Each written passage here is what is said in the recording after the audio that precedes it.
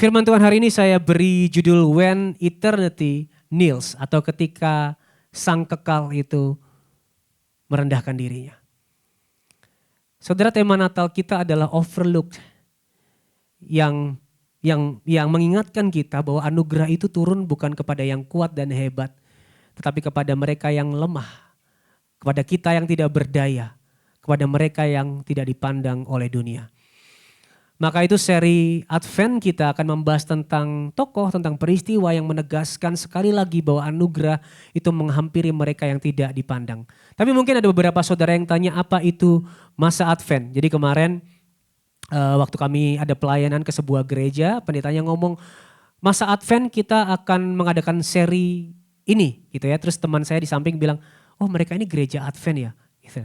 Saya beritahu saudara bahwa masa Advent itu adalah, meskipun tidak semua gereja merayakannya atau mengadakannya, tapi adalah periode sebelum Natal yang dipahami sebagai waktu penantian, persiapan rohani bagi kita. Kata Adventus berarti kedatangan. Dan Advent mengarahkan hati gereja, hati kita kepada dua realitas besar. Yang pertama, kedatangan Kristus di dalam inkarnasinya. Ketika Sang Firman lahir menjadi manusia untuk menebus kita. Sekaligus penantian kepada kedatangannya yang kedua. Kristus datang sebagai Raja untuk memulihkan segala sesuatu. Sebab itu Advent bukan sekedar kita menantikan hari Natal, nunggu 25, tapi juga sebuah ajakan untuk merenungkan kesetiaan Allah di dalam sejarah penebusan.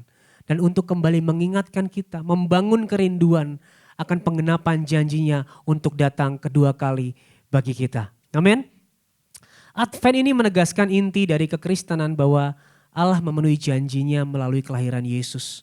Dengan demikian ia pasti memenuhi janjinya untuk datang kembali menjemput mempelainya. Ada amin?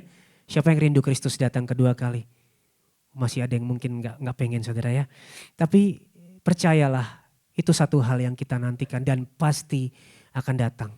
Karena dia sudah menepati janjinya untuk lahir bagi kita. Dengan begitu Advent menjadi pengingat bagi kita untuk hidup di dalam pertobatan yang sungguh. Untuk berharap lagi kepada kedatangan Kristus yang kedua. Ketika kemuliaannya akan dinyatakan sepenuhnya.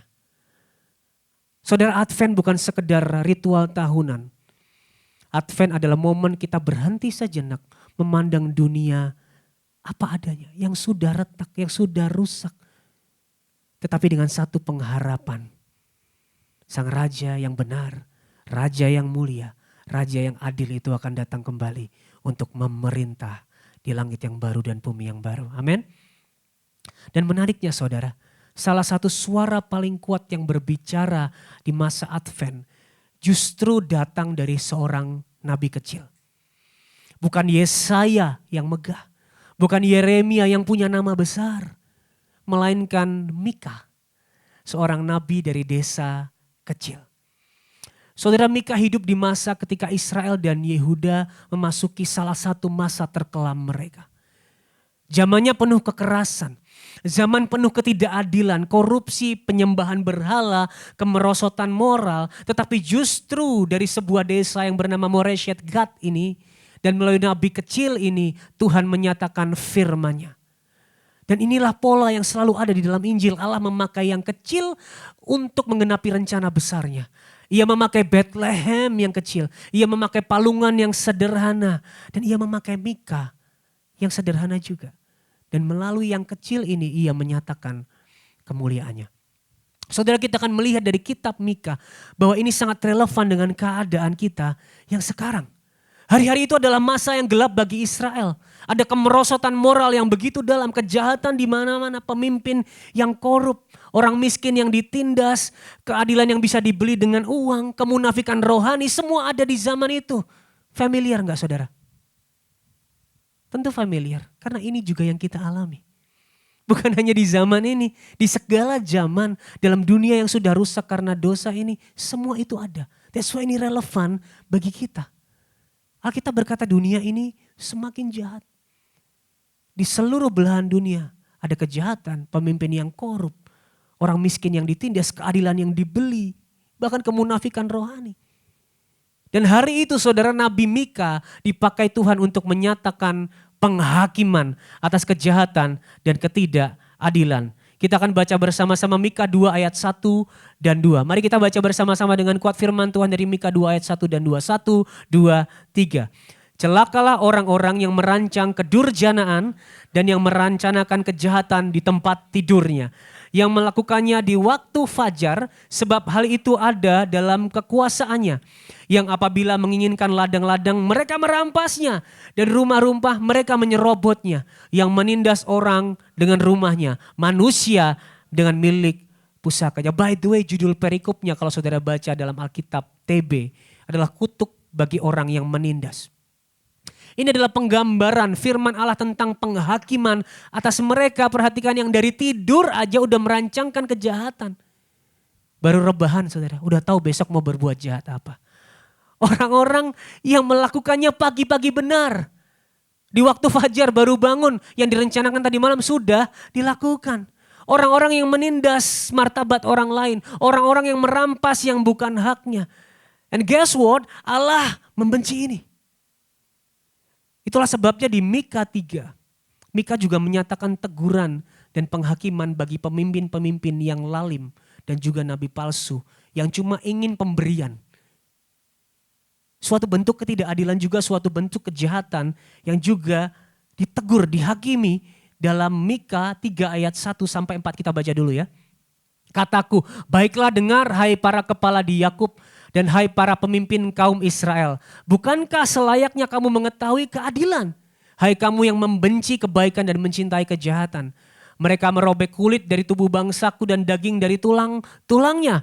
Mereka memakan daging bangsaku dan mengupas kulit dari tubuhnya. Mereka meremukkan tulang-tulangnya dan mencincangnya seperti daging dalam kuali. Seperti potongan-potongan daging dalam belanga. Mereka sendirilah nanti akan berseru-seru kepada Tuhan, tetapi ia tidak akan menjawab mereka. Ia akan menyembunyikan wajahnya terhadap mereka pada waktu itu sebab jahat perbuatan-perbuatan mereka. Ngeri saudara, dibayangkan seperti orang yang sedang meremukkan tulang, mengupas kulit, mencincangnya dalam kuali seperti potongan-potongan daging. Begitu mengerikan, ini penggambaran yang cocok mungkin ya atas perbuatan-perbuatan yang jahat. Pemimpin-pemimpin yang jahat. Pemimpin-pemimpin yang harusnya mengetahui keadilan tapi malah membenci kebenaran dan mencintai kejahatan. Dan bahkan kepada para nabi palsu, beginilah firman Tuhan terhadap para nabi yang menyesatkan bangsaku. Yang apabila mereka mendapat sesuatu untuk dikunyah maka mereka menyerukan damai. Tetapi terhadap orang yang tidak memberi sesuatu ke dalam mulutnya mereka menyatakan perang. Suatu suara yang keras. Suara yang menyatakan bahwa Allah benar-benar membenci ketidakadilan. Allah membenci kejahatan. Dan mungkin sangat jarang gereja membahas ini. Banyak gereja menekankan hanya Allah yang kasih. Bahkan lebih parah hanya membahas berkat saja.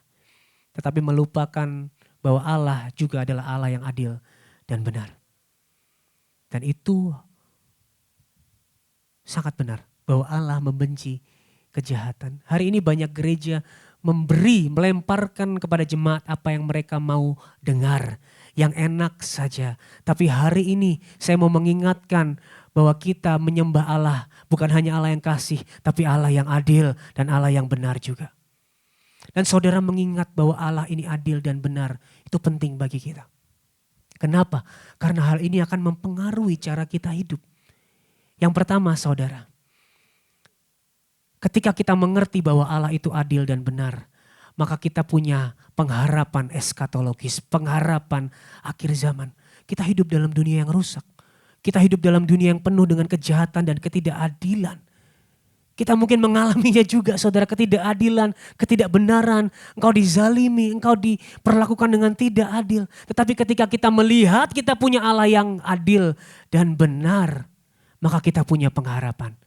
Kalau kita nggak lihat Allah kita Allah yang adil dan benar, hidup dalam dunia yang penuh kejahatan ini akan menjadi hidup yang hopeless, hidup yang tidak punya harapan.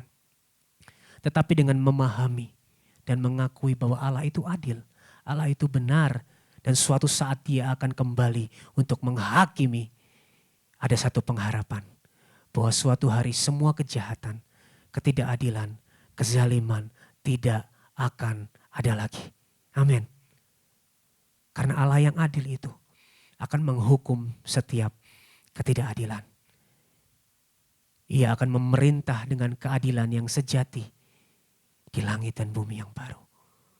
Satu pengharapan bagi kita. Yang kedua, bukan hanya itu saudara.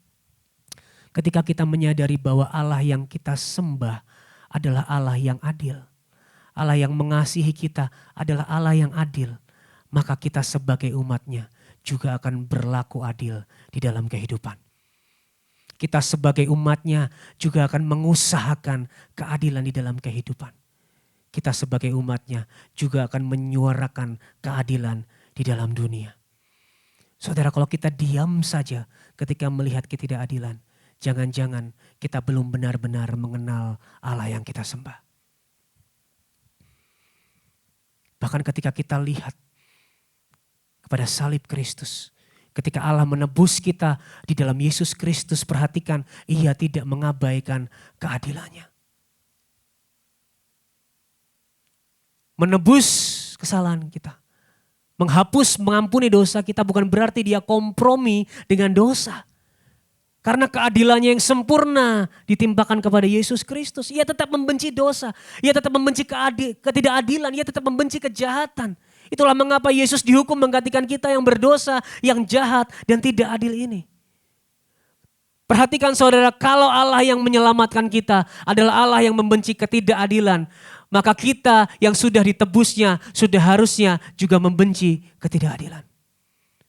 Saya berdoa kalau mengingat bahwa Allah yang menebus kita adalah Allah yang adil, maka kita juga hidup mengusahakan keadilan di dalam dunia. Amin. Ini poin yang pertama. Keadilan Allah yang dinyatakan di salib memberi kita pengharapan bahwa Allah yang adil akan menghukum setiap kejahatan ketika ia datang untuk memerintah. Namun pengharapan itu pula yang meneguhkan kita untuk terus mengusahakan keadilan di tengah dunia yang telah rusak oleh dosa. Amin, saudara.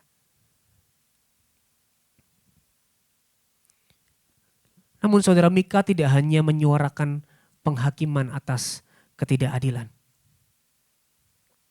Ia juga menyatakan bahwa ada pengharapan di dalam anugerah Allah. Bahwa Allah akan berbelas kasih dan memulihkan segalanya. Dan puncak dari pengharapan tersebut ada di dalam ayat yang sangat Natal banget. Ayat yang sering dijadikan ayat Natal. Dahulu ayat ini gak dimengerti oleh orang-orang. Ketika Mika menulis ini, mengatakan ini, orang-orang gak ngerti. Tapi hari ini kita mengerti ayat ini berbicara tentang siapa dan apa.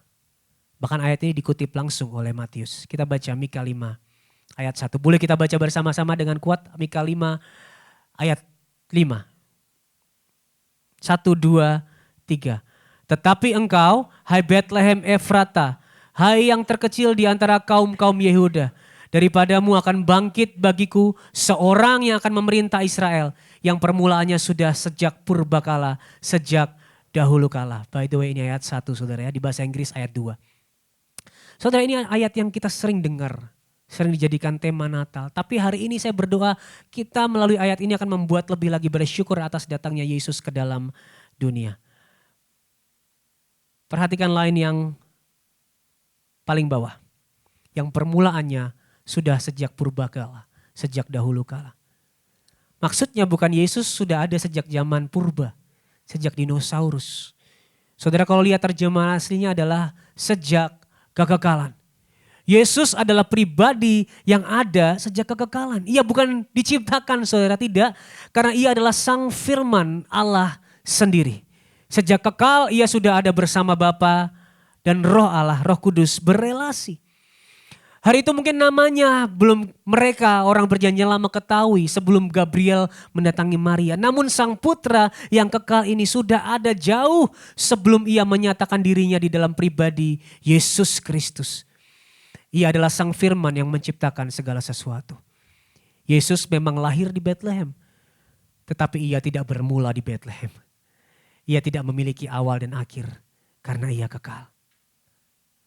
Nah saudara, ini akan kita kontraskan dengan baris pertama. Hai Bethlehem Efrata, hai yang terkecil di antara kaum-kaum Yehuda. Perhatikan bahwa Sang Mesias akan bangkit dari Bethlehem. Sebuah kota yang kecil, kota yang tidak signifikan, tidak punya pengaruh yang besar meskipun ini kotanya Daud. Tapi di kota kecil inilah Sang Mesias lahir. Ini menggambarkan yang pertama bahwa anugerah selalu datang kepada mereka yang lemah dan tidak berdaya. Anugerah menghampiri mereka yang menyadari bahwa mereka tidak mampu menyelamatkan diri mereka. Firman Tuhan bilang cukuplah kasih karunia Allah.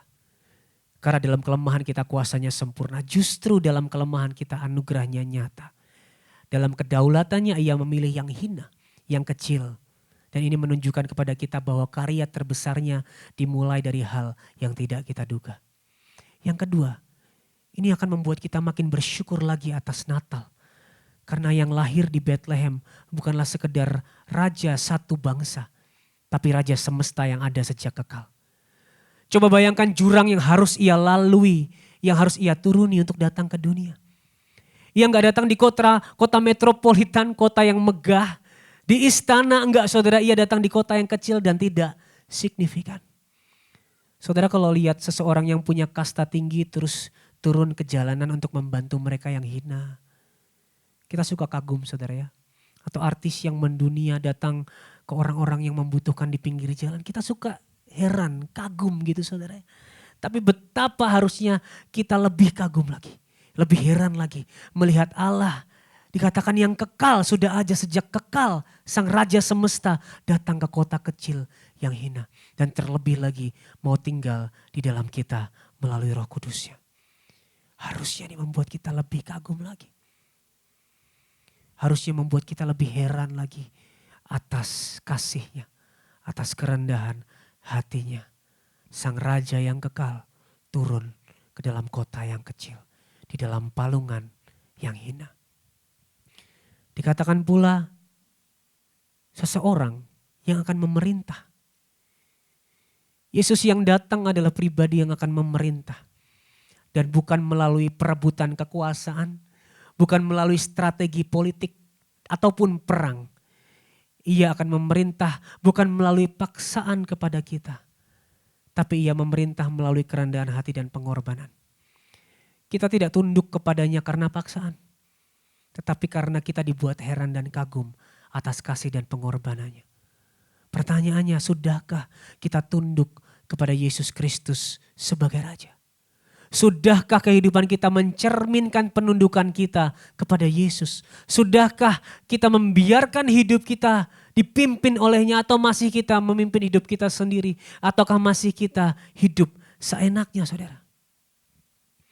Jika kita belum hidup di dalam penundukan kepada Sang Raja, Yesus Kristus, bisa jadi hati kita belum dipenuhi kekaguman atas pengorbanannya. Dan yang keempat, daripadamu akan bangkit bagiku. Dikatakan Sang Mesias akan bangkit. Bukan bagimu kaum Israel, tapi bagiku, kata Allah. Maksudnya adalah Yesus lahir ke dalam dunia, menyelesaikan misi penebusan menggenapi kehendak Allah. Ironisnya kita justru sering menganggap Yesus sebagai pribadi yang harusnya menggenapi kehendak dan permintaan kita. Makanya kita suka ngambek kalau doa kita tidak diberi jawaban ya. Karena kita berpikir Yesus harusnya mengikuti kehendak kita. Dan ini menunjukkan bahwa ternyata kita masih hidup bagi diri kita sendiri. Kita tidak hidup bagi kehendak Allah tapi bagi kemauan kita. Our earthly desire. Saudara dengan mengingat bahwa Yesus datang ke dunia untuk menggenapi kehendak Allah, dari Allah, oleh Allah, dan untuk Allah. Maka kita juga bisa punya hidup yang kita dedikasikan untuk kemuliaan Allah. Kalau semua dari Allah, oleh Allah, dan untuk Allah, berarti seharusnya hidup yang sudah ditebus ini pun adalah untuk Allah. Dan kita seharusnya memakai hidup kita untuk mengikuti kehendak Tuhan. Bukan sebaliknya memakai Tuhan untuk mengikuti kehendak kita. Nah kalau saudara perhatikan, ayat ini menunjukkan satu pola Injil. Bahwa anugerah mendahului respon. Anugerah mendahului tindakan. Karena anugerah melahirkan kekaguman kita kepada Allah. Dan anugerah ini yang mendrive respon kita. Saudara, kekaguman akan Sang Raja semesta yang kekal, yang mau turun ke tempat terendah. Pada akhirnya akan memantik respon hati kita yang mau tunduk pada pemerintahannya atas hidup kita. Dan akan melahirkan hidup yang mengikuti kehendaknya. Dalam satu poin, saya akan ringkas dengan berkata seperti ini. Hati yang sudah dibuat kagum oleh anugerah yang begitu besar, pasti akan hidup merajakan Kristus, Sang Raja yang kekal. Amin, saudara. Saya berdoa kita akan terus-menerus dibuat kagum atas anugerahnya. Sehingga kita mau merajakan Dia, Sang Raja yang kekal, yang rela turun ke dalam dunia bagi kita. Lalu pertanyaannya, bagaimana hidup yang merajakan Kristus? Terlihat dalam apa sih hidup yang merajakan Kristus? Saudara, di pasal 6, Allah memberikan sebuah tuntutan bagi umatnya. Saudara bisa baca seluruh pasal 6. Tapi salah satu ayat yang bisa kita jadikan konklusi dari tuntutan ini adalah ayat yang ke-8. Boleh kita baca bersama-sama 1, 2, 3. Hai manusia, telah diberitahukan kepadamu apa yang baik. Dan apakah yang dituntut Tuhan daripadamu selain berlaku adil, mencintai kesetiaan, dan hidup dengan rendah hati di hadapan Allahmu. Firman Tuhan berkata kita sudah diberitahu yang baik. Kita sudah dikasih tahu apa yang Tuhan mau dalam hidup kita. Yaitu hidup benar, hidup adil, hidup setia, hidup rendah hati. Sebuah standar yang tinggi, saudara. Hidup yang benar. Dan bagi mereka yang tidak mampu memenuhi standar ini, Allah juga menyatakan hukumannya. Tidak ditampilkan tapi saya akan bacakan buat saudara ya. Di ayat 10. Masakan aku Tuhan melupakan harta benda kefasikan di rumah orang fasik. Dan takaran Eva yang kurang dan terkutuk itu. Masakan aku membiarkan tidak dihukum orang yang membawa neraca palsu atau pundi-pundi berisi batu timbangan tipu. Orang-orang kaya di kota itu melakukan banyak kekerasan. Penduduknya berkata dusta dan lidah dalam mulut mereka adalah penipu. Maka aku pun mulai memukul engkau, menanduskan engkau oleh karena dosamu. Engkau ini akan makan tetapi tidak menjadi kenyang. Dan perutmu tetap mengamuk karena lapar. Engkau akan menyingkirkan sesuatu tetapi tidak dapat menyelamatkannya. Dan apa yang dapat kau selamatkan akan kuserahkan kepada pedang. Engkau ini akan menabur tetapi tidak menuai. Engkau ini akan mengirik buah zaitun tetapi tidak berurap dengan minyaknya. Juga mengirik buah anggur tetapi tidak meminum anggurnya. Engkau telah berpaut kepada ketetapan Omri dan kepada segala perbuatan keluarga Ahab. Dan engkau telah bertindak menurut rancangan mereka sehingga aku membuat engkau menjadi ketandusan dan pendudukmu menjadi sasaran suitan. Demikianlah kamu akan menanggung pencelaan dari pihak bangsa-bangsa. Kalau hari ini kita mau jujur, seberapa banyak dari kita yang mampu memenuhi standar untuk hidup benar, adil, setia, dan rendah hati. Saudara kita lebih sering gagal. Kalau kita mau jujur, bukankah kita tahu itu semua? Bukankah kita sudah diberitahukan apa yang Tuhan mau? Bukankah kita tahu bahwa kita harusnya hidup benar, hidup adil, hidup jujur, hidup rendah hati. Tapi kita gagal. Karena jawabannya bukan lebih banyak tahu, tetapi hidup yang baru, hati yang baru. Saya boleh minta pemain musik standby. Kalau kita mau jujur, bukankah kita layak menerima hukuman yang Allah nyatakan bagi mereka yang fasik? Di ayat 10 sampai ayat 16 tadi. Bukankah kita layak menerimanya? Penghakiman yang Mika nyatakan dari Allah adalah penghakiman yang seharusnya kita terima. Karena kita adalah orang-orang yang korup. Kita adalah orang-orang yang suka menindas mereka yang lemah. Kita adalah orang-orang yang munafik rohani. Kita sangat rohani kalau lagi di gereja. Namun begitu berbeda ketika ada di luar. Dan inilah penghakiman bagi kita. Tetapi saudara, pengharapan yang Mika suarakan adalah pengharapan yang sama yang kita juga miliki. Hari ini kita tahu siapa yang Mika maksud sebagai Dia yang datang di Bethlehem. Yesus Kristus. Anugerah yang besar itu datang dari kota yang kecil. Bagi kita yang kecil dan lemah. Bagi kita yang tidak mampu memenuhi standar Allah. Bagi kita yang selalu gagal. Saudara, Mika adalah nabi kecil yang menyuarakan penghakiman dan pengharapan. Namun dia tidak punya kuasa untuk mendatangkan penghakiman dan pengharapan itu. Tapi perhatikan, pengharapan dan penghakiman itu digenapi bersamaan di dalam Yesus Kristus. Karena disalib, penghakiman Allah atas dosa kita dicurahkan kepada Yesus. Sehingga pengharapan bisa dinyatakan di dalam hidup kita. Saudara, hal ini, kabar baik ini, kalau kita renungkan dan kita ingat, maka kita akan ingat juga bahwa kita bisa mengusahakan keadilan di dalam dunia yang sudah rusak ini. Karena Allah yang menebus kita juga Allah yang adil. Kita bisa hidup merajakan Kristus. Karena kita kagum betapa Dia rela memberikan dirinya bagi kita.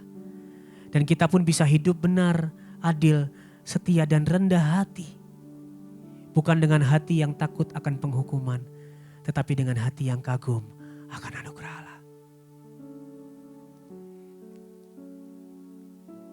Bagaimana kalau aku gagal?